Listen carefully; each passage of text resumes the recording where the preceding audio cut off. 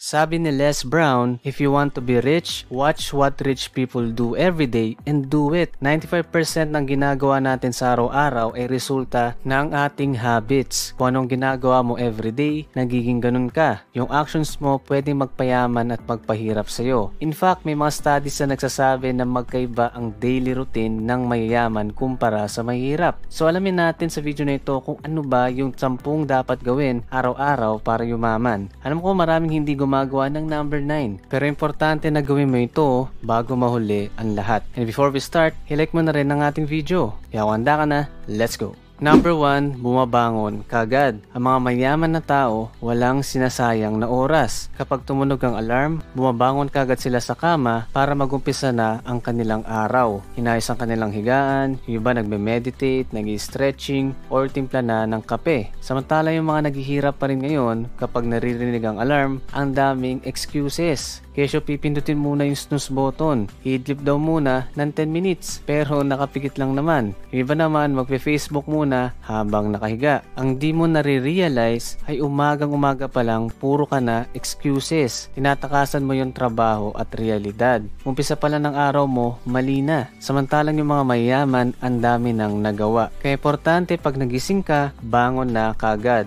Huwag na magpatumpik-tumpik. Isipin mo yung quote na to lagi. If you win the morning, you win the day.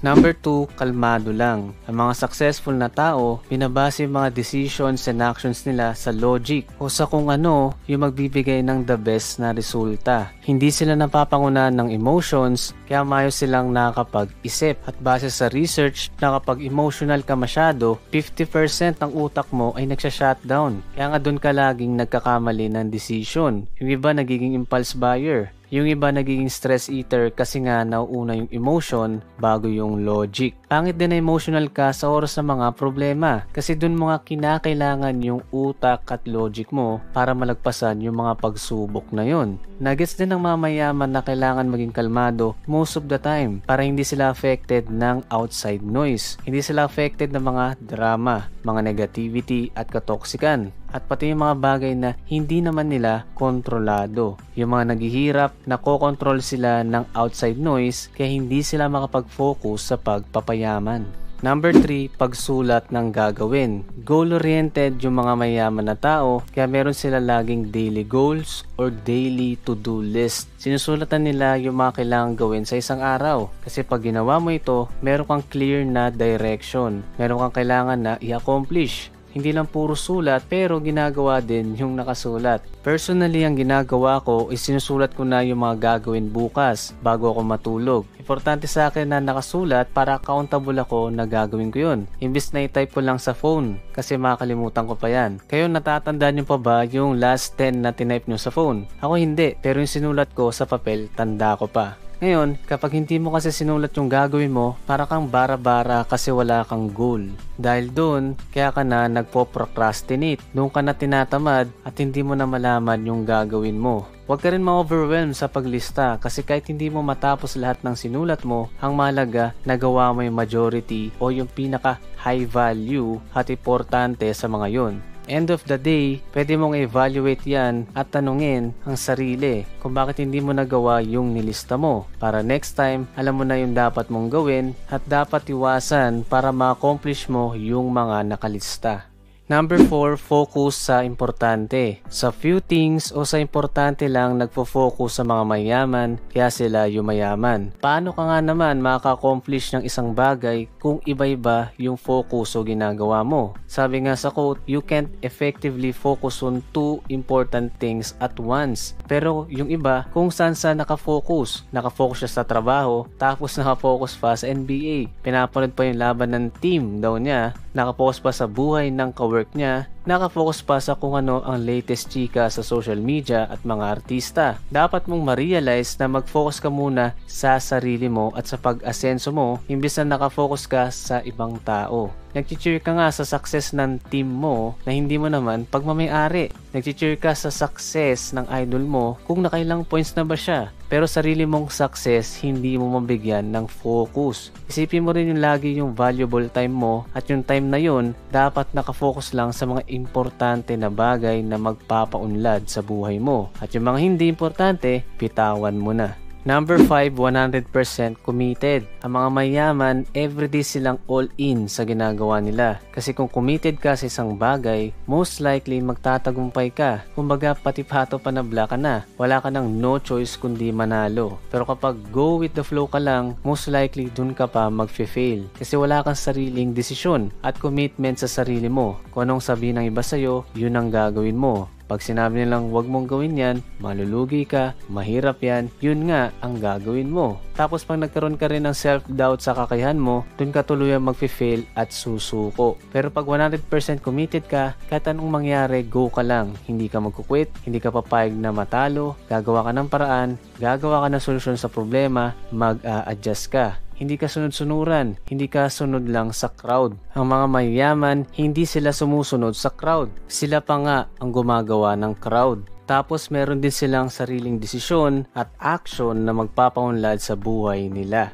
Number 6, thinking time. Ang mga mayayaman, meron silang thinking time kung saan naglalaan sila ng around 15 to 20 minutes per day para makapag-isip-isip ng mga bagay na magpapaunlad sa kanila. Inisip nila kung paano pa sila kikita or paano pa sila mag-i-improve. Ito rin pumapasok yung mga brand new ideas para sa mga future na business at mga improvements sa ginagawa nila. Yung visualization ng success at dream setting, pasok na rin dito. Importante na mag-set din ng time para makapag-isip, para makalma ang utak mo at ma-excite sa mga bagong gagawin. Imbis na yung 15 to 20 minutes mo na tenga ka lang ay nasasayang pa sa mga walang kakwenta-kwentang bagay.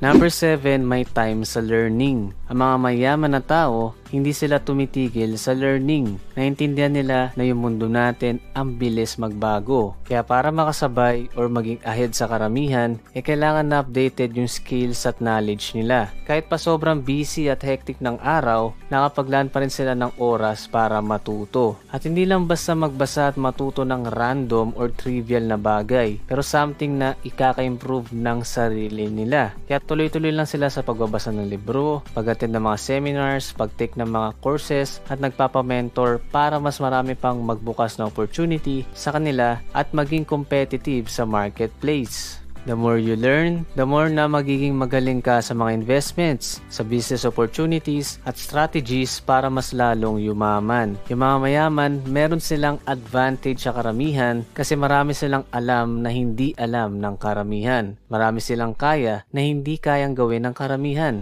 Para ba naman kasi ang inaaral at minamaster ng karamihan ay yung mga trivial at time wasters lang. Minaster yung chismis, minaster yung pag-iinom, minaster yung pagdodroga, minaster yung panonood sa Netflix, minaster yung panonood ng TV, minaster yung paglalaro ng games, kaya ayun, dun sila gumaling. Hindi na nag-improve yung sarili, kaya hindi rin umusad yung income at pamumuhay. Number 8, disiplinado. Ang pagkakaroon ng matinding disiplina sa sarili at consistency ang ginagawa araw-araw ng mga mayaman kaya patuloy silang yumayaman. Pero karamihan ng tao wala o kulang ng ganito. Kaya ang bilis tamarin, kaya ang bilis madistract sa social media. Pag tinamad, magfe-Facebook. Kapag na-bored, magti-TikTok. Bagyang kibot, maglalaro ng games. Kapag nahirapan sa trabaho, magwawalwal at magpa-party. Paano ba naman kasi kulang sa disiplina sa mga bagay na magpapayaman sa sarili? Kapag naging disiplinado naman at sinipag, temporary lang. Sa umpisa lang, magaling. Pero tandaan mo ng pagpapayaman, dapat consistent ka. Consistent ka na mag-invest, consistent ka na mag-save ng money, consistent ka na mag-grow ng money, consistent ka sa self-improvement. Paano ba lalaki ang biceps mo kung hindi ka consistent na magbubuhat? Lalaki ba yan ng isang araw na gym lang? Ganon din yan kung gusto mong yumaman. Kailangan meron kang disiplina at consistency.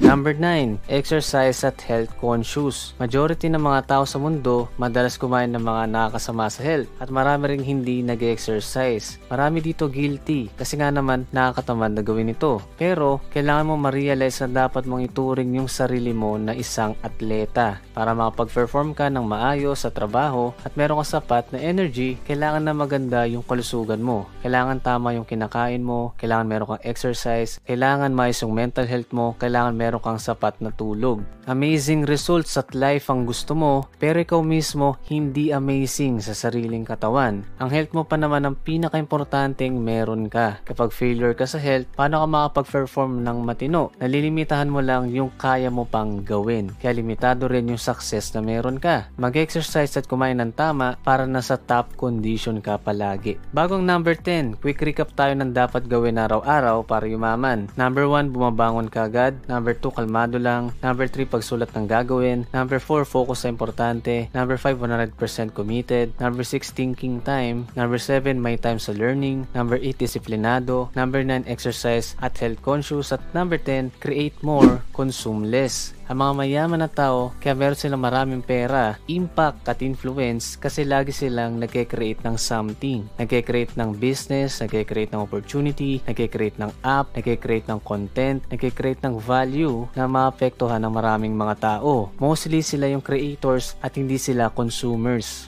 Ang pumipera, yung mga creators. Ang napeperahan, yung mga consumers. Hindi ko naman sinasabi na wag na kayo mag-consume ng something, pero itatak nyo rin sa isip nyo na kailangan matuto kang mag-build or mag-create ng bagay na may impact sa iba. Now, kung tutusin lahat ng 10 na ito, kaya natin gawin. Hindi naman ito base sa genes, hindi rin ito inborn na talent. Lahat ito kayang aralin at i-develop sa sarili. Alam ko na kaya mong gawin kahit isa man lang dito.